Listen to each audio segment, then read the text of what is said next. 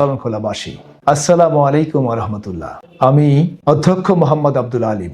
বিগত দিনে আমি আপনাদের সুখে দুঃখে ছিলাম, আছি, ভবিষ্যতে থাকবো ইনশাআল্লাহ।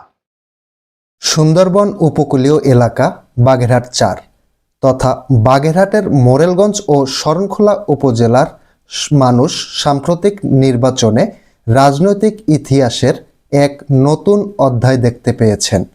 বাগেরহাট ৪ আসনের জামায়াত ইসলামী প্রার্থী অধ্যক্ষ আব্দুল আলিম জয়ী হয়েছেন এবং এই আসন পুনরায় তাদের দখলে নিয়েছেন।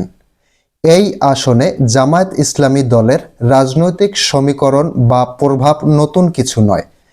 বিগত দিনে ২০০১ সালের জাতীয় নির্বাচনে এই আসন থেকে মরহুম মুফতি মাওলানা আব্দুল সত্তার সাহেব বিএনপির সঙ্গে জোট থাকা অবস্থায় এই আসন থেকে জয়ী হয়েছিলেন। তখন থেকে এ এলাকার রাজনৈতিক সমীকরণে জামায়াতের উপস্থিতি ছিল স্পষ্ট। বছর ঘুরে বহু সময় পেরিয়ে ২০২৬ সালে জামায়াত ইসলামী দল এককভাবে নির্বাচন করে। এই নির্বাচনে দীর্ঘ সময় পার হওয়ার পরও দলটি মোরেলগঞ্জ ও শরণখোলা উপজেলায় তথা বাগেরহাট ৪ আসনে তাদের জনপ্রিয়তা ধরে রাখতে সক্ষম হয়েছে।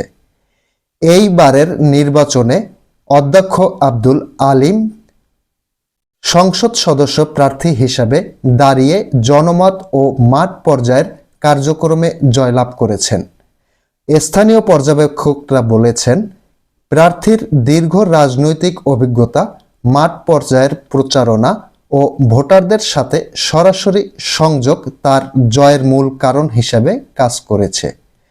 নদী ভাঙ্গন, যোগাযোগ ব্যবস্থা, জীবিকা ও উপকূলীয় এলাকার নিরাপত্তার বিষয়ে প্রচারণা ছিল তার মূল কেন্দ্রবিন্দু।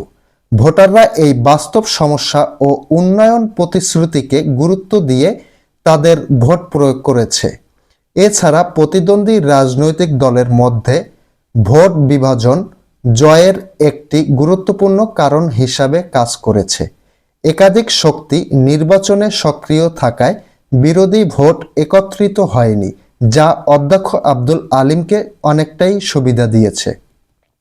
বিশ্লেষকদের মতে মোরেলগঞ্জ ও শরণখোলা উপজেলার এই নির্বাচনী ফলাফল জামায়াত ইসলামীর শক্তিশালী ঘাঁটি হিসাবে প্রমাণ করেছে। অধ্যক্ষ আব্দুল আলিমের জয় স্থানীয় রাজনীতির মানচিত্রে জামায়াত ইসলামী দলের প্রভাব পুনরায় স্থাপন করেছে।